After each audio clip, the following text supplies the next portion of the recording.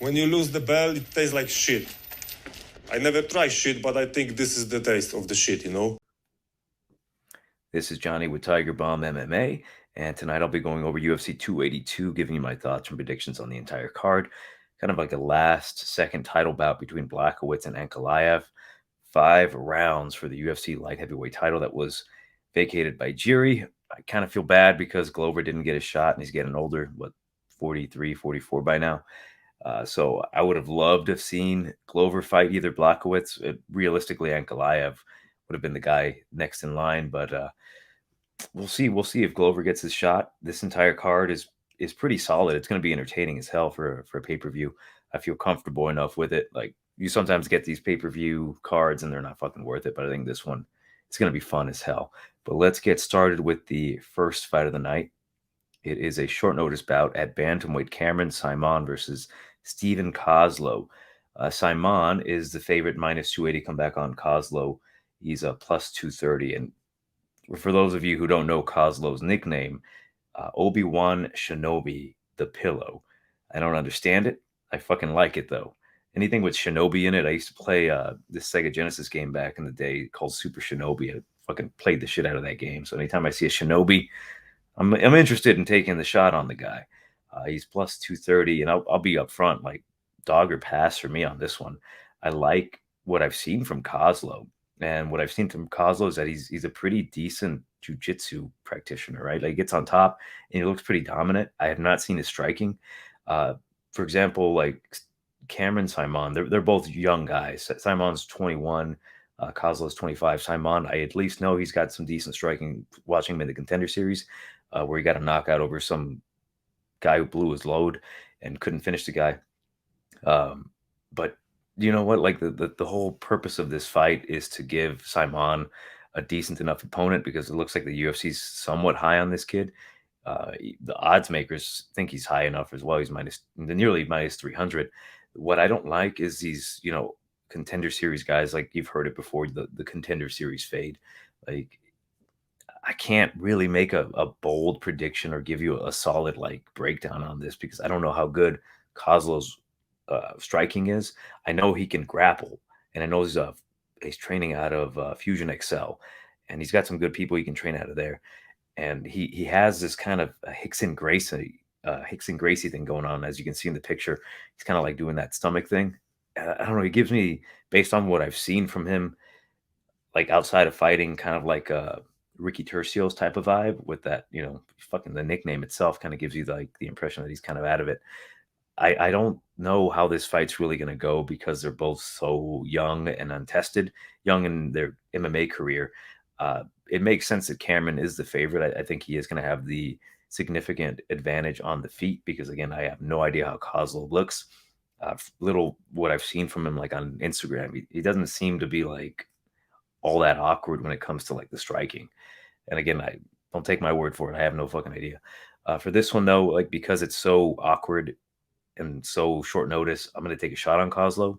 Gas tank could be an issue because it's short notice if he even makes weight, but something tells me that he can probably get on top of Saaimon and edge out the fight, or possibly get a finish. So I'll go with Koslow by, I'll say, second round sub. But like most people, I don't think a lot of people have a really solid read. For me, it's a dog or pass. So I'm going to go with the dog on this one. Next bout. This one's going to be fucking fun while it lasts. We've got Daniel Miojo da Silva versus Vinicius. What is that? Phenomenal. Fucking idiot, Johnny. Vinicius Phenomenal Salvador. Odds currently have it in favor of Salvador, minus 200. I think rightfully so. And Da Silva Miojo, a.k.a. Ramen Noodles. I've been a fan of this guy since he came into the UFC, and he's not had a good time, but he is plus 165. And I always make a good argument for Daniel Da Silva. I'm like, yeah, he's so explosive, and he looks really good up until, like, he doesn't. I do think this guy, because he trains at a Shooto Box, he has a ton of potential. He's 26 years old. He's very athletic. He's very gifted. It just seems to me that he's just not ready for the UFC. From what I've seen of Vinicius Salvador, I think he is ready for the UFC. Like, he fought a pretty good opponent in the Contender Series, Shannon Ross, and it wasn't like a complete blowout. Like, Shannon Ross was getting a bit battered in there, but Shannon would come back. He even hurt Vinicius, but Vinicius stayed composed, and he came back and he finished the fight. And I don't know how good Vinicius is. I know he's a black belt in jiu-jitsu, training out of the Hebas family. I see promise in the guy more so than De Silva right now. I think De Silva's 26 years old. If you were to give De Silva maybe like a year or two, like when he's say 28, after he gets a couple wins outside of the UFC, he composes himself. He can come back and probably be a fucking phenom up in that division, the flyweight division. Just right now, he's taken a lot of damage. His last 3 fights have been finishes. He was knocked out by Jeff Molina. He got finished by Francisco Figueiredo, and he got TKO'd by Victor Altamirano. And it sucks seeing this kid that I like. I really enjoy watching him fight because you see how good he is on the feet. Like, he's very composed. He throws everything just with like conviction. But Vinicius Salvador, I think he's going to catch the chin of De Silva, because De Silva, I don't know if it's like a maturity thing, and I bring up maturity a lot. It's just, to me, De Silva just doesn't seem to have the ability to be the nail in there. So I feel if he gets cracked, to me, it's like I got to see. He's in there, and I kind of get that look of like, I need to protect my life, block him up, which, I don't blame the kid, but I don't think Vinicius is going to do that. I do think De Silva is capable of catching Salvador, but he's going to have to do it quick. And I think that might help boost his confidence. For me, I think this one won't go the distance. If you can get like maybe the under 2.5, under 1.5, I think under 1.5 might be the smart money if it's in decent play range. Let me see if I can look it up while we're talking, if it's available. I'm checking Bovada, and shit, they even have an under half a round plus 250. That's crazy. Under 1.5 minus 220. I mean, I might take a shot at the plus 250 under half a round. That might be fun. Just counting the seconds down. It's a possibility. I like it. But for me, I think Vinicius is going to knock him out in the first round. I like De Silva a lot. I really like this kid. It's just that he doesn't seem to have it right now in the UFC. So I've got Salvador by first round knockout. I honestly, if I put money down on Vinicius, I would feel kind of happy if De Silva like fucks him up. Like, I would really like, all right, good for him. So I'm probably not going to add Salvador on any parlays. I might just take him straight, kind of put him on a couple little parlays that I'd feel comfortable losing. But Salvador for me is the play for round number 1.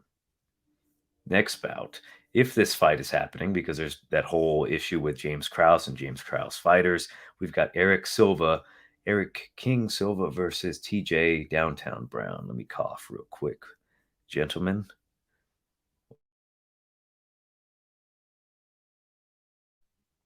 This one is fascinating because I really don't know which version of TJ Brown we're going to see or which version of Eric Silva we're going to see, because we don't know too much about Eric Silva. He's 9-1. It's a dead pick 'em right now, -110, -110. TJ Brown, he's interesting, right? He's an interesting cat because he seems to have a lot of skills, but he doesn't know when to use them. Like, he's got decent volume on the feet now that he's been training with James Krause. I don't want to get into that whole issue shit, but he has the decent volume. He's decent at wrestling, decent jiu-jitsu. His takedown defense kind of sucks. TJ's kind of let me down on a lot of spots. Like, I've picked him to win numerous occasions against Danny Chavez. Was it that fucking dude, Danny? Yeah, Danny Chavez and Nurden Becca. I thought he could scramble his way out of bottom position, get some top control. It didn't work out for him. And I hate that I remember where I was at. I was at a fucking airport taking a shit watching that fight. I was so pissed off. I was like, get the fuck up, TJ. What are you doing? Had him on like maybe one parlay, but it was like that long shot. Eric Silva, he seems to be running through guys. And honestly, I think he's going to beat TJ.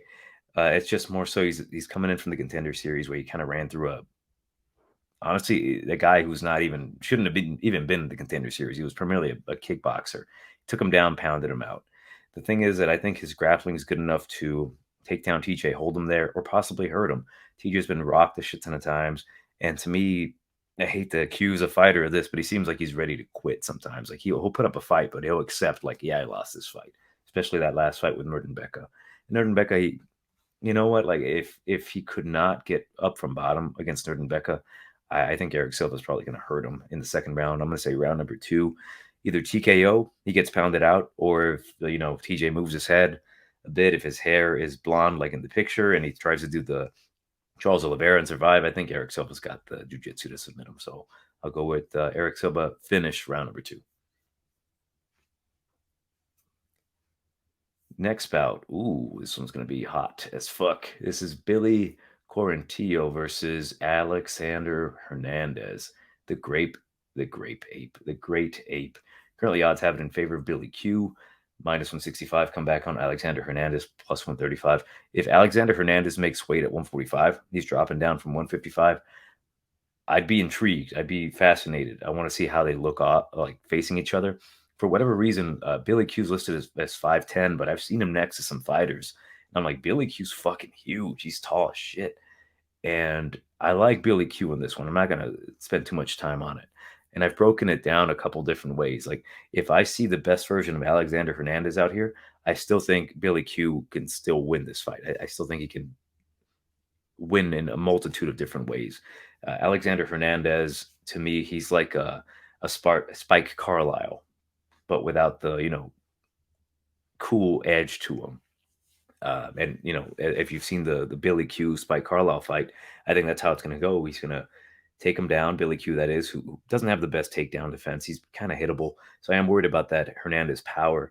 He's going to have the 2-inch reach advantage here, which you got to be weary here because Hernandez does throw power with that right hand. But Billy Q, I think he's taking his time away. I think he's going to be very prepared for this fight. He weaponizes that pace, which Alexander Hernandez did not have the greatest cardio at 155. At 145, I'm going to question that. Like, I don't know if he's done like the Aldo thing where he's just eating nothing but salads and running all the fucking time to get his cardio up and be lean. I don't know. I'm very intrigued. I do see a path to victory for Hernandez, but it's going to be going through fucking hell because Billy Q, he's been tired, I think, once in the UFC, and that was against that fraudster. What was his name? Gavin Tucker. He got taken down himself, couldn't get back up. The jiu-jitsu of Gavin Tucker kind of neutralized Billy Q, got him tired. He attacked the body well. As of late, I think Billy Q's cardio has just like ramped up. Like the way he destroyed that Mexican dude, I can't remember his name, Benitez. That was impressive. Like, he lost to Shane Burgos, but if we're honest here, Shane Burgos would fucking take Hernandez's head clean off. But the way I see Hernandez winning this fight is by top control or possibly getting that knockout in the first round. If he does get, say, the first round or the second round, third round, I think he's going to be too tired and Billy Q is going to hurt this kid. I just think it's the worst opponent for him at 145. They should have given him a guy, maybe even a Gavin Tucker. He would have knocked him out. And, it would have given Alexander Hernandez that confidence to kind of keep going. I do suspect, though, I don't know much about Alexander. I don't know his personal life, but the way his career's been going, he seems like the type of guy that without that win, the feeling of the win, like the adrenaline and the what am I trying to say? I guess the adrenaline of the win. He seems like a guy that might retire. Billy Q is the kind of guy that if he gets his ass beat, he'll come back, learn from it, and come back stronger. They're both needing of a win here. I got Billy Q. This one's fascinating for me because I do think Billy Q can get him out of there in probably the second or third round. I'll go round number 3. I think Alexander might pace himself here. He tends to do that a lot, doesn't throw a shit ton of volume. But when he throws volume or when he throws punches, they're there to connect to the chin and knock you out. Yeah, I'm firmly on Billy Q here. I think he wins this one. I think he does finish Alexander Hernandez either by TKO or choke. Probably a rear naked choke. Billy Q's jiu-jitsu is pretty solid. I'll go with Billy Q round number 3 TKO. I think Alexander's going to be too damn tired to retaliate in that third round. Next bout, we've got Stone Cold Chris Curtis versus Joaquin Buckley. This fight, I don't know why I spent too much time on this fight, kind of going back and forth, kind of visualizing what could happen. They've gone out and said it they want to put on a show. Both these guys, Chris Curtis after his last fight with the guy that Roman Dolidze cucked. Jack Hermanson, he kind of showed a deficiency to patience, I guess. Like if the crowd starts booing, it kind of gets to him. He's not a very patient guy in the cage, and I think that is a problem, especially with a guy like Joaquin Buckley. Joaquin Buckley, as we know, he goes out there. He's like I always call him the anti-Tyron Woodley because he goes out there tries to take your fucking head off, whether it be with the grappling, whether it be with the kicks or the punches. This guy's out there to not only entertain, but he's going out there recently to win fights. He's going to drop down to welterweight after this fight, according to him. And I think that suits him better. He's not the biggest dude. I'm super fucking stoked for this fight. What we do know about this fight, well, I haven't even gotten the odds. -150 for Buckley, come back on Chris Curtis +125. What we know about this fight is Chris Curtis defensively sound in the pocket, shoulder rolls very well, good takedown defense, primarily a striker with the hands. Good boxing, right? Like he's always sparring, very much so the black, less less insane Sean Strickland in that sense. They're BFFs. But when it comes to this bout, I think Joaquin Buckley is way more athletic. He throws kicks. He's willing to go for takedowns. He's got better movement. The only issue is that I do worry that Joaquin Buckley, who has been knocked out twice in the UFC, can get cracked and finished by Chris Curtis. That's always a concern. Not to say that Chris Curtis himself can't get knocked out. Like he's been knocked out at welterweight. Like, when he first came into the UFC, I'm like, this guy, he ain't the guy. And more so because of the tape I've watched of him in welterweight getting taken down, not being able to get back up, getting knocked out in the PFL. I can't remember the dude's name. It bothers me that I know who he is. I can see his face, but I just keep thinking Kai Kamaka the third, but it's not Kai Kamaka the third. Let me find out. Like he fucked him up cold. It was Ray Cooper the third. Yeah, Ray Cooper fucked him up back at welterweight. So essentially, I see this as two welterweights fighting at middleweight, and it's so close in my eye, like because they both want to go out there and perform. The thing is, though, based on what I've been hearing from Buckley, I don't think he's going to go out there and be reckless. I think he's going to go in there and have a really good game plan. I thought he looked pretty good against Imavov. Like, yeah, he lost that fight, I guess, to one Parisian judge, 3-0 in the rounds. But I gave him a 29-28 to Imavov. I gave the third round to Buckley. By the way, man, when he came out, his music hit. I was like, that is one of the best fucking walkouts. Walking out to that song in Paris, I was like, mwah. I don't know how cool it is to. I don't want to reference it. It was a Kanye song, and we all know how nuts he's been. Him and Sean Strickland might be BFFs now. But with this one, I see it. Chris Curtis, he's very limited. He's not going to kick. He cuts off the cage fairly well. I just see Joaquin Buckley being too fast for him. His movement's going to be there. I don't think he's going to engage in that firefight that Chris Curtis wants. I think he's willing to go for the takedowns. Listening to him in Joe Rogan, it seems like he doesn't want to just be an entertaining guy. He does, absolutely. But it seems like he does want to make a run for a title. And I think it's going to be at welterweight. And I think he's got a good chance if he shows us what we need to see here. At -150, I like Joaquin Buckley. I like this kid a lot. Like, first UFC fight, I'm like, this guy is fucking special. And whether it be a knockout, I'm not sure, it can come along the way. For me, though, I think Joaquin Buckley's going to not necessarily play it safe. He's going to play it smart. He's going to be entertaining, but he's not going to take unnecessary risks like jumping into the pocket and throwing with Chris Curtis, because Curtis he's got some decent defense and he knows how to protect that chin.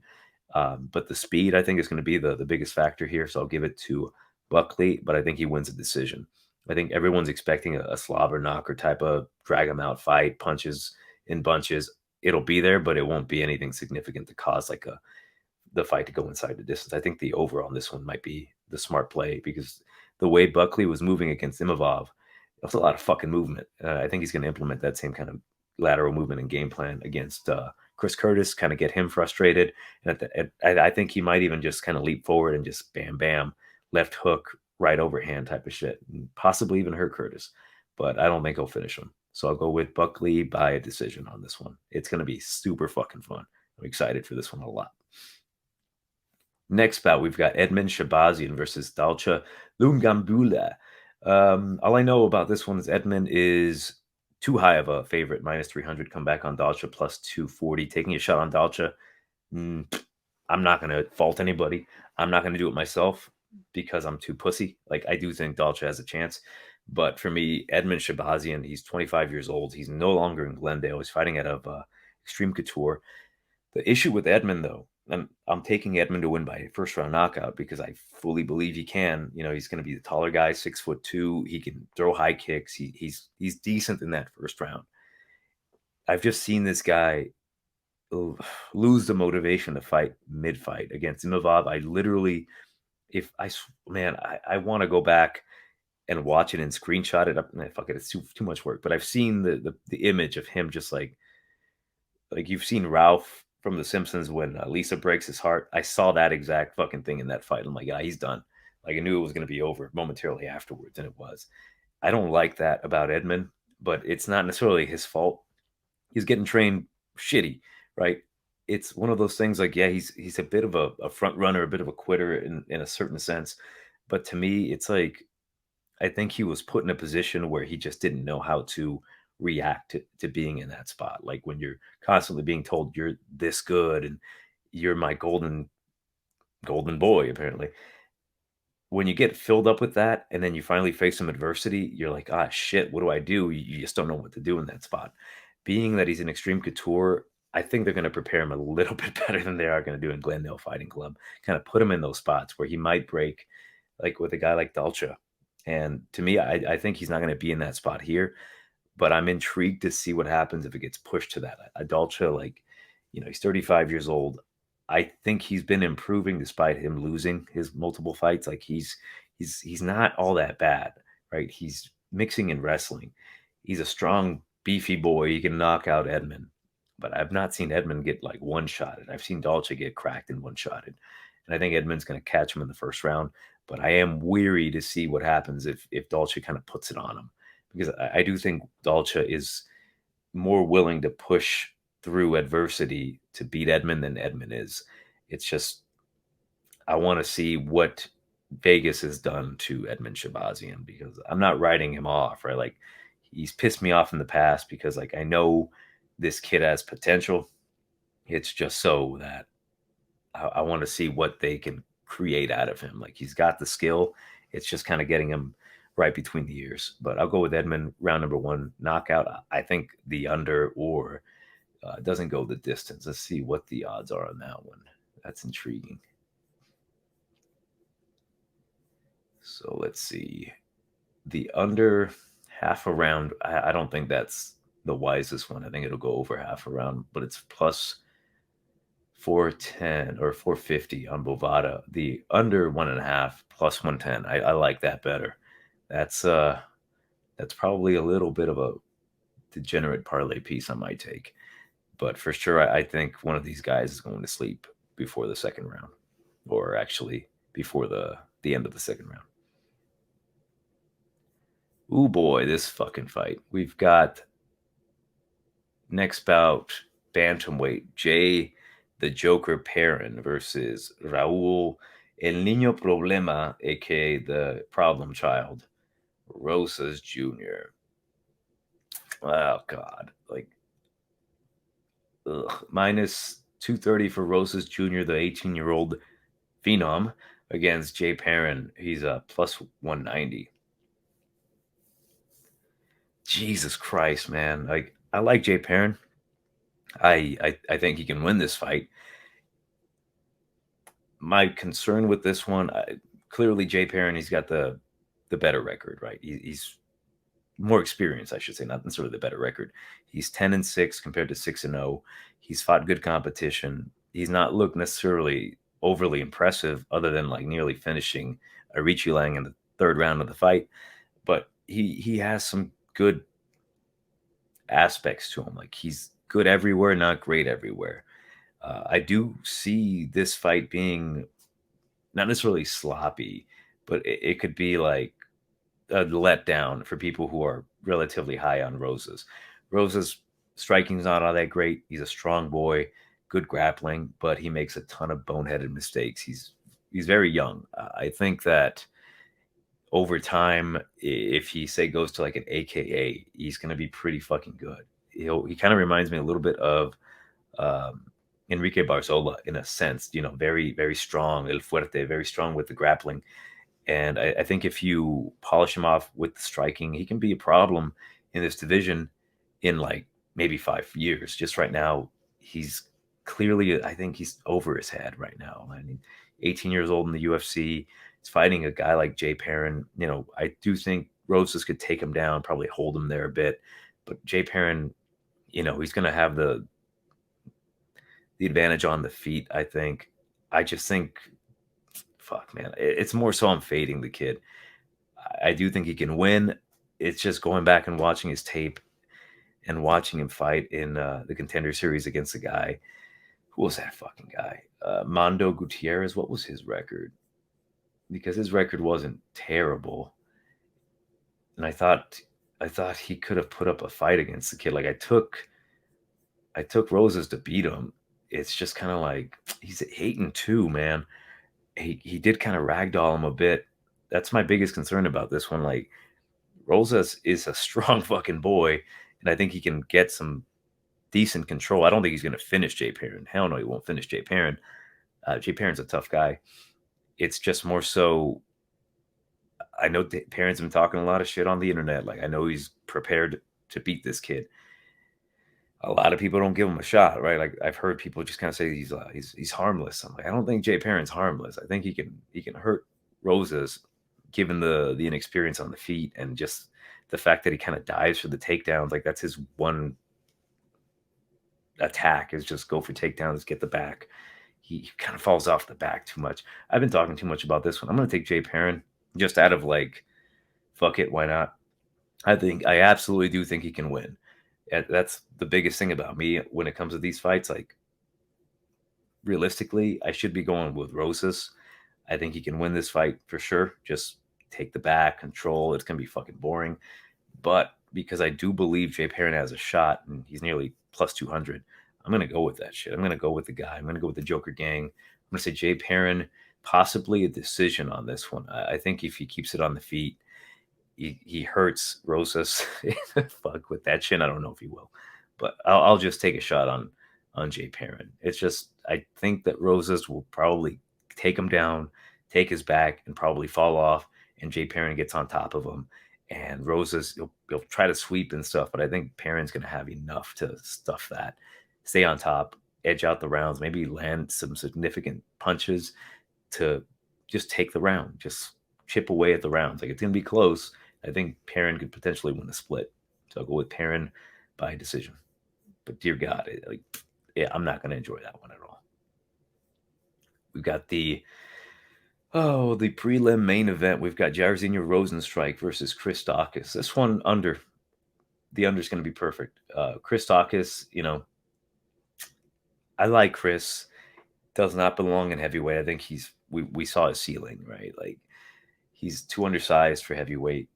I know he's got the jiu-jitsu in his back pocket, but I don't think it's going to work against Biggie Boy. Like I've gone over this fight in my head a couple different ways. Like, yeah, the knockout's going to be there for either guy because Chris Daukus, he still has power despite him being kind of touchy.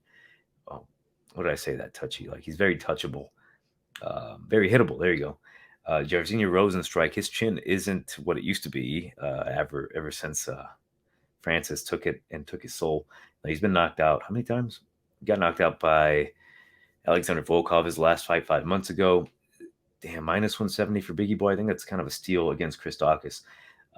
If Chris Daukus were to mix it up here, he's going to have to go through fucking hell to touch Jairzinho Rozenstruik. Rozenstruik, I think he's going to be the better striker overall. I wouldn't even be surprised if Rozenstruik goes for a takedown himself. I don't think he'll need to. I think the takedown's going to come from a left hand. But, Chris Daukus has been cracked by black dudes, and they're giving him another black dude. It ain't going to work out for him. I think he's going to get put to sleep. I've got Rozenstruik round number 1 knockout. We'll see though. Like I always look at fighters like, say for example, like a Chris Daukus. Last fight got knocked out 7 months ago by Curtis Blades. I was super fucking wrong about that fight. I picked Daukus to beat Blades because I saw some stuff in Blades that I'm like, he likes to keep it standing for a bit before it goes to the takedown. Proved me wrong. Didn't need to take him down. I thought in those few moments on the feet that Daukus was going to be quick enough to like get in, like throw a left hook, overhand right, maybe hurt Curtis and finish him on the ground. Did not work out. He got jabbed. He got destroyed. That shows me everything I need to know. I think his chin at heavyweight is gone. These heavy hitters are just going to run a train on him, and another guy is going to run a train on him in the name of Biggie Boy. So I've got Biggie Boy round number 1. Ooh-wee. Talk about my main event. We've got the main event, or the main card opener. We got Bryce Thug Nasty Mitchell versus Ilya El Matador Topuria.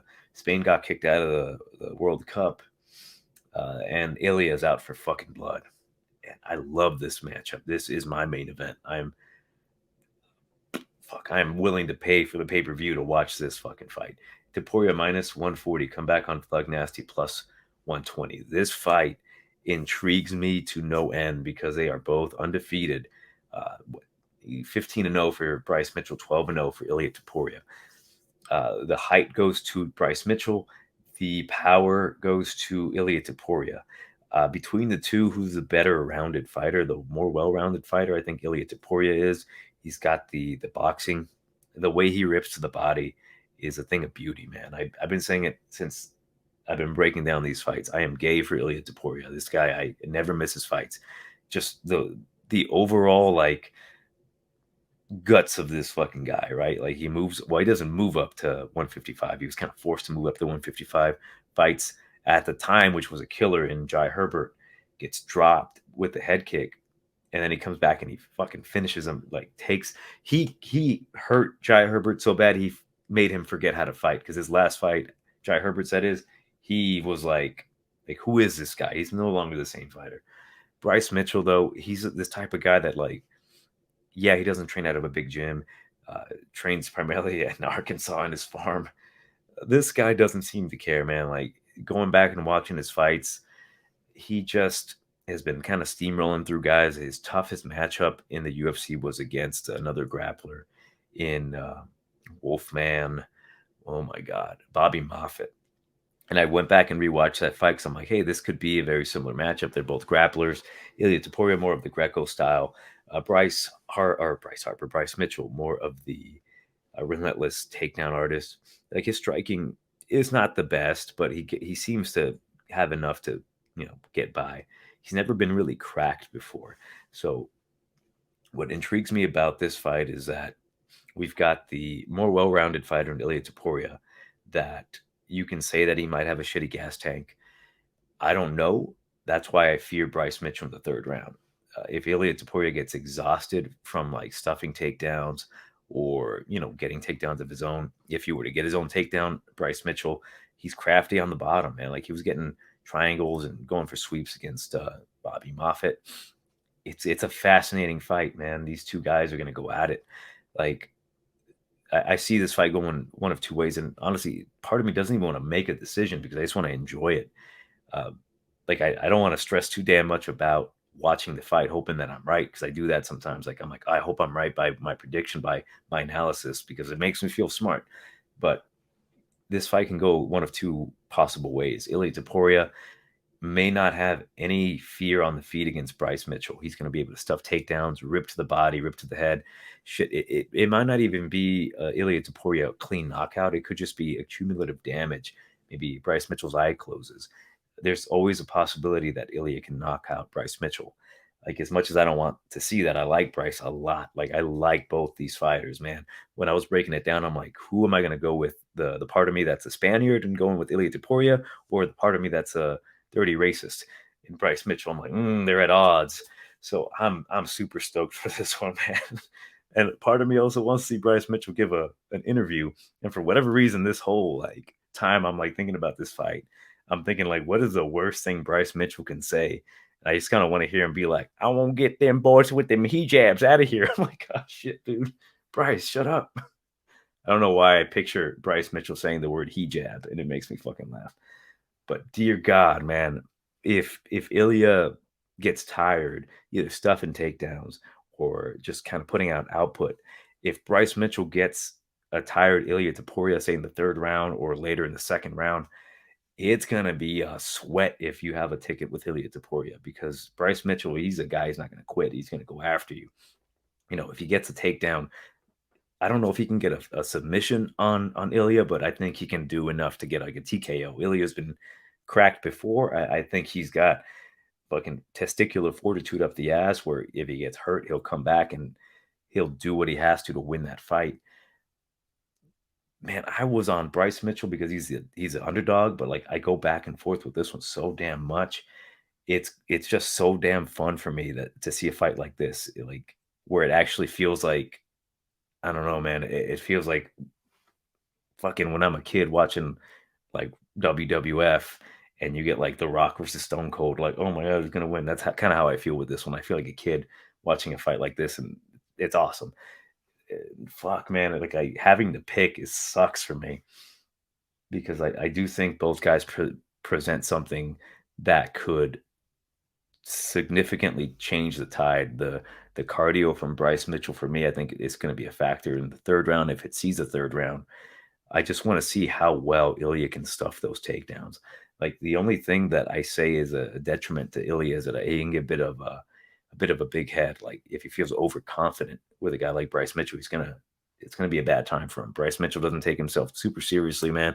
He goes out there like he's there to fight. Like if he gets taken down himself, I think he'll scramble very well. Ooh boy. Pardon me. Let me actually cough some more.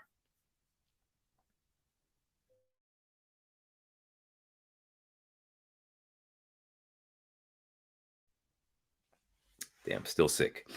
Uh, to me, it's so damn fun. Like I see this one being like a possibility for a fight similar to Usman versus Leon, where Topuria is just kind of winning the fight. Like, oh yeah, he's gonna win this fight. Then like shit, 2 minutes to go in the third, and Bryce Mitchell just takes over.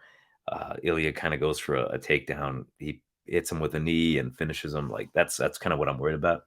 I fuck. I've picked against Bryce before, just because like that striking, he throws a lot of little karate style kicks. I think Ilya, he's gonna have the game changer in those hands, right? Like I think he's going to fuck, man. If Bryce Mitchell just throws a weird kick, because I know he can, I know he doesn't give a fuck. It's such a difficult fight for me. I'll go with Ilya Topuria. I'll say round number. Actually, no. I'll say he goes by a decision. I think he'll survive the third round against Bryce Mitchell. I think he wins the first two. Bryce has a really good third. It could even be a draw. Shit, that'd even be perfect for me if it's a draw. Because again, I really do like both these guys. I don't want to see either guy like get dropped off or even get finished. That would suck. Because fuck, like I love Ilya. I even got a Thug Nasty Cook him to the bone sticker on my computer. That's how much I really like these guys. But I'll go with Topuria by decision. I'm not super confident in this one. I'm just going to enjoy it. I'm not touching it. It's going to be my fight of the night. Kind of went a little gay there for these two guys. But next bout, we've got Darren Till versus Dricus du Plessis. Currently, Dricus minus 190. Come back on Darren Till plus 160. I'm going to hammer the shit out of Dricus du Plessis. I fucking hate Dricus du Plessis. Not personally. I don't know him very well. I don't know what he does in his spare time. I just fucking hate the way he fights, but it's so fucking effective. Pisses me off. Like, God damn it, pisses me off, man. It really pisses me the fuck off the way this dude fights. I fade this guy every time, and it always works where he just goes forward, chin in the air, and just goes whoop, whoop, whoop, and it fucking every single punch lands on the guy. Like I got Brad Tavares to beat the guy, and Brad is just kind of like doing his thing, and then Dricus goes forward, one punch, two punch, three punch, four punch, chin in the air, and it fucking works every time. And Darren Till, the reason I see no stock in him right now, Damn it. Let me cough some more.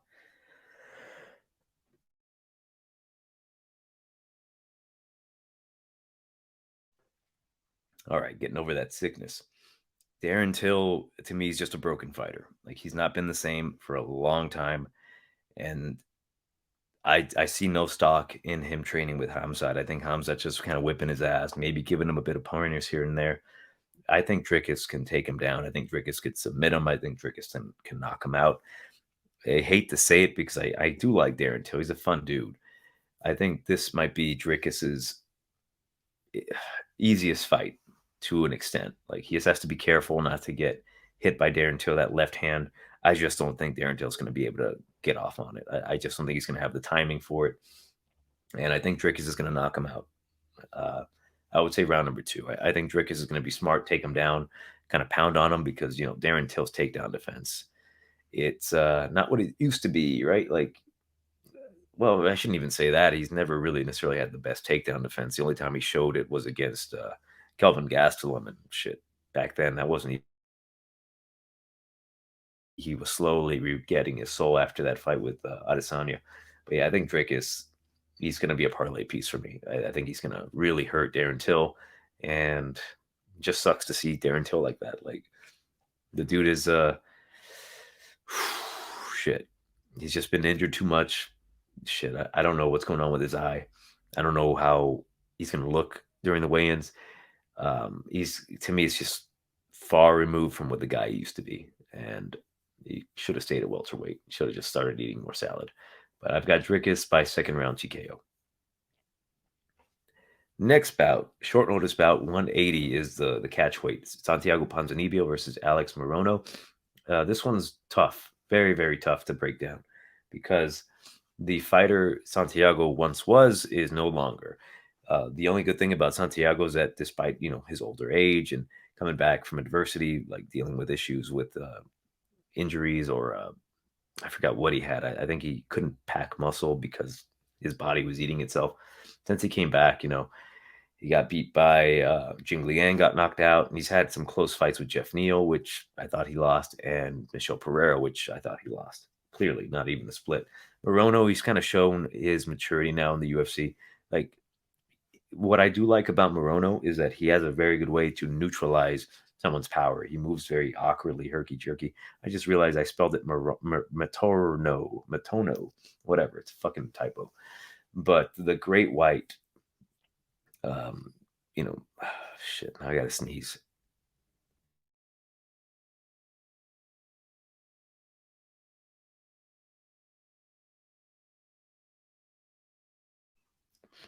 Yeah, Alex Morono, as I was saying, like, he's got a very good way to neutralize someone's power. Like, if you were to bum rush him, that's where you're gonna get in trouble. Like, he's been knocked out before. He nearly got knocked out by Semmelsberger, which to me was a bad play on my part. I thought Semmelsberger was gonna hit him because he has that power, and it's a very similar fight to that Semmelsberger's fight. But I think Santiago's going to be way more dangerous than Semmelsberger. He's got better tools, low kicks. I think he's just a much more smarter, grittier fighter. Ponzinibbio is at welterweight, or not at welterweight, but since it's a catch weight, Morono coming off the couch, it's a toughie, man, because Ponzinibbio is going to come in shape. I don't know how good a shape Morono is going to be in, and I do think if Ponzinibbio like attacks the legs of Morono, kind of slows him down, I think he's going to have some success in, like, say, round number 2, round number 3, could potentially knock out Morono.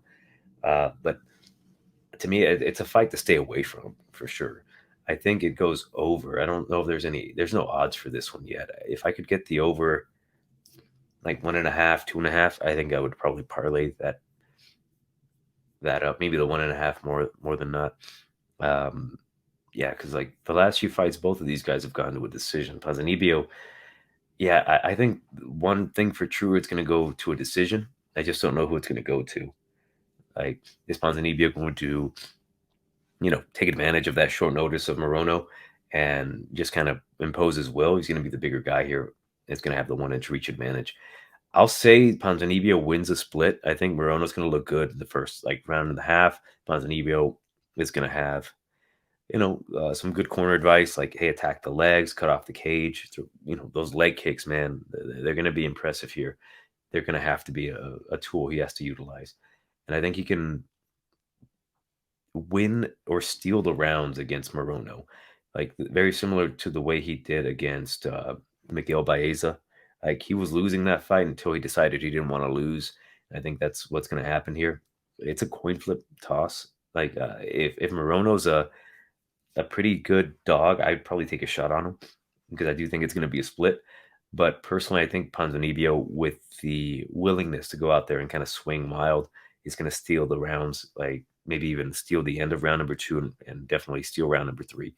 So I'll go with Ponzinibbio. I'm staying away from it, though. It's too risky in this particular matchup. Oopsie doodle. Next bout, we've got Paddy the Baddy Pimblett versus Jared Gordon in our co-main event. Jared Gordon's getting a co-main event. He should be fucking thanking his lucky stars. But for this one, Paddy is minus 245. Come back on Jared Gordon plus 200. Right off the bat, plus 200. Worth a shot on Jared Gordon. Like I don't think he's got the best chance to beat Paddy, only for a couple reasons. But I think he could win. I think there's like a good chance, like not necessarily like a 50% chance, like maybe like a 30% chance he could beat Paddy Pimblett. Jared Gordon has, I think he's more well-rounded in his MMA game than Paddy Pimblett. Like he's decent everywhere, but where I think he was going to shine is the volume on the feet. Like I think he's going to be able to put a decent pace on Paddy, who, Paddy throws a lot of wild stuff. He throws a lot of things hard. I guess what I'm trying to say is like he does round stealing moments. Like he does things to like impress the judges or sway the audience. The audience is, I think, going to be on Paddy's side 100%. And the way I see this fight going is that I think Jared Gordon's going to have some decent success in like the first round, maybe round and a half. I do think Jared Gordon's going to try to grapple Paddy. I really do think Paddy's ground game is very fucking solid. Like his attacks from the bottom, the way he submitted Jordan Levitt. Is it Jordan Levitt? Yeah, Jordan Levitt was fucking impressive. With this fight, though, Paddy possesses something that I think is going to really piss off a lot of people betting Jared Gordon, and that is the unorthodox power to knock out Jared Gordon. I do think Paddy Pimblett will knock out Jared Gordon probably late round number 2. Again, I think Jared's going to have a good round number 1. He might even take it. Round number 2, I think he's going to have some decent success, but because it's going to be on the feet, he's going to want to shoot against Jared or against Paddy Pimblett if he's not necessarily having the success he wants on the feet. And I do think that Paddy catches him with something like either a flying knee or a wild hook. Like Paddy's striking isn't super polished, but it's kind of difficult to kind of explain. But he's got like that karate style where he throws and it looks good, but it's not necessarily the most technical strike. It's just kind of catches you off guard. The way he handled that Italian dude, what the fuck was his name? Luigi Vendramini. I thought that fight was going to go over 1.5, and that motherfucker proved me wrong, man. He goes out there and he just whacks him and he finishes him. And I think something similar like that's going to happen against Jared Gordon. I think Jared's going to have decent success until he gets knocked out and finished. And that's how I see this fight going. I don't necessarily feel comfortable saying like, yeah, Paddy's going to absolutely cover his price tag. I think he's too high. I think maybe minus 200 would have been more accurate here. And again, if you want to take that shot on Jared Gordon, it's definitely worth the shot. Like Jared's not a bad fighter. It's just that he doesn't have anything necessarily to threaten Paddy to finish him. He's not going to have the power to finish Paddy. He's more so going to have the jiu-jitsu like top game to try to stifle Paddy. And Paddy's been really good as of late of submitting dudes that try to take him down. So I will go with Paddy. Might even be a submission, but I do think that his best shot to finish the fight would be by knocking out Jared Gordon. And I'll say round number 2, he'll finish him with like a crazy punch or something. I have no idea how he's going to do it because this dude's unpredictable on the feet, but I think he gets it done. Next bout, main event of the evening. We've got former champ Jan Blachowicz versus Magomed Ankalaev. And the odds currently have it in favor of Magomed, minus 265. Come back on Jan Blachowicz, plus 210. This fight, absolutely fascinating because was going to be a 3-round fight, now a 5-round fight. And what I've heard about Ankalaev as of late, like if you listen to, for example, interviews with Sean Strickland and Chris Curtis, they almost treat him like he's their boogeyman. Like especially Chris Curtis, he's just like fucking Ankalaev. Like I'm gonna get him. I'm gonna make sure when he's cutting weight, I'm gonna beat his ass in sparring. Like this guy apparently is just whipping their ass out there. So I'm intrigued to see if he really is the guy that people say he is, right? Like I think he's a very well-rounded guy. He's got the wrestling, he's got the striking. The only thing I worry about him is that he's not necessarily like a huge, hefty light heavyweight. Right? He's very agile, but he doesn't seem to have like the weight that I want to see on a heavyweight. I don't know if I'm explaining that correctly. Like to me, Jan Blachowicz, he's got more of a stockiness to him that I don't know. I feel like Magomed is. I don't fucking know what I'm saying, man. He seems a little too light to me. He's 6'3", but for whatever reason, he looks kind of skinny. Maybe I'm fucking retarded, but the reason I kind of bring that up is Jan Blachowicz. He's definitely going to have the power advantage here against Magomed. Definitely, he's got the legendary Polish power. My biggest concern with this fight, because frankly, I'm going to be on Magomed's side. I think he's going to win this one by decision. My biggest concern with this one is will Jan Blachowicz push the pace and potentially catch Magomed? Like Magomed's not a flawless fighter. Like he's on the verge of it, right? Like he's had some great performances, but this is a Jan Blachowicz that definitely wants his belt back, right? And he's a plus 210. It's a good shot to take on Jan Blachowicz if you really do believe he can catch Magomed, right? Like his hands look pretty good against Rakic before the injury, and still salty about that one. I did think Rakic could definitely win that one. I was a bit concerned when it kept it on the feet, like when John was looking pretty solid, right? Like he's got that power, he finishes off those combinations with that kick to the body. When it comes to Magomed, though, and I don't know why I keep thinking about like his weight on this one. He's going to come in here 205, but my biggest worry with Magomed is that he gets hit with something like hard, and it's going to potentially wobble him or hurt him. That is really it. Other than that, I don't see a way that Jan Blachowicz is going to win this fight. I think Magomed, he's going to be better everywhere. I think he's going to have the patience to stay on the outside. He's going to have the better reach, the better kicks on the outside.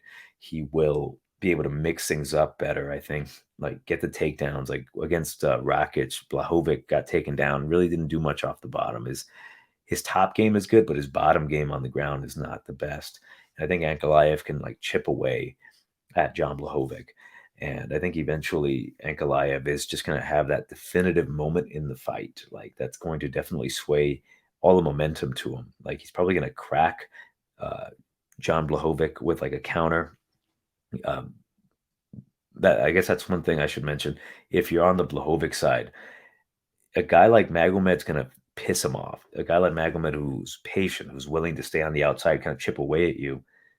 Last time I saw Jan Blachowicz kind of get overzealous, he got finished by Thiago Santos. And I think that could be a similar, we can have a similar moment here against Ankalaev. Like he'll move forward and he might not necessarily get his hand up, and then there's like a counter left or a counter right that just cracks Jan Blachowicz, that doesn't finish him, but he gets stumbled, he gets taken down, and Ankalaev at that point like chips away at him. And then it just makes it a little easier each and every round for Magomed Ankalaev to kind of chip away at Jan Blachowicz and kind of take the entire fight. Will this end in a decision? I'm going to say yes. I do think Magomed's just going to be smart. I picture this one.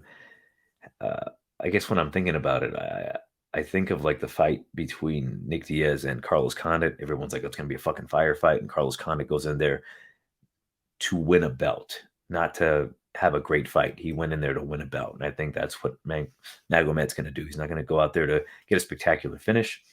I think he's there to win the belt. And if he's there to do so, everything points in the favor of Ankalaev. John Blachowicz is going to get frustrated, I think. He's going to move forward, and I think he's going to get caught with something. Again, not not going to finish him, but it's going to kind of put Ankalaev two ahead. Not necessarily like a significant knockdown or anything, but I think he's going to stun him. And at that point, like there's going to be enough damage that John's not going to be able to come back from it. Magomed's going to be on the outside, kind of moving around, chipping away at John Blachowicz and get this decision win. Ankalaev doesn't necessarily take too many damn risks. He's not in there to take risks. I think John's going to be the one putting it on the line to get the belt. That could be in his favor. He moves forward. He goes berserker mode. He lands a legendary left hand and finishes Ankalaev. He's going to have to do that. But for me, Magomed, I think he's smart enough to know what to do in this fight against John Blachowicz. If this was a 3-round fight, I would have taken Ankalaev regardless. It would have been a much easier fight. And for me, I think Ankalaev is going to play it safe and win this belt. And it's going to be an interesting bout to see who gets the next crack, if it's going to be Glover or if it's going to be someone else. But I've got Magomed Ankalaev by unanimous decision to win this light heavyweight championship. As for possible bets, I will tell you right now, if I'm going to construct a possible parlay here, and I'll do my damn best because probably go to the casino on this one, but the casino's been kind of a bitch lately. They don't let me take certain props and mix them with the money line. But I will go. I love Drickus, man. I like Drickus a lot. I'll take him minus 185 currently on Bovada. I will take Rozenstruik minus 175 Bovada. I will take Magomed at minus 275 Bovada. With those three alone, it is plus 230. Let's see who else we got. I will take Salvador. I will take Buckley. I will take Topuria. I will take Billy Q. That's a 6-person parlay so far. And all money line plus 100. No, I'm sorry. Plus 1,188. $30 on that gets me $365. I'm not sure if I'll do exactly those, but I do like those as like a base and kind of build off of that and kind of mix and match. But for sure, I do like Plussis. And actually, let's just see if I were to take Billy off, Buckley off, and I were to do Salvador, Magomed, Plussis, and Rozenstruik. That is plus 387. I do like that. Say $50 on that gets me 193. Nah, I'll dick around a bit with the props because I do like some unders. Overall, though, like this fight has potential for a couple underdog plays. Again, I do like Koslow. He's a plus 250 right now on Bovada. There are a couple dudes that I'm like on the fence about. Like, for example, I might take Perrin. He's plus 200. I'm willing to find out, man. It's one of those things. Like, I'm willing to find out if this kid Rosas is the real deal or not. Like, if he can beat a guy like Perrin, we'll see it, and depending on how he beats him. But I like this card for betting. Like last week, ooh boy, it fucked me up, man.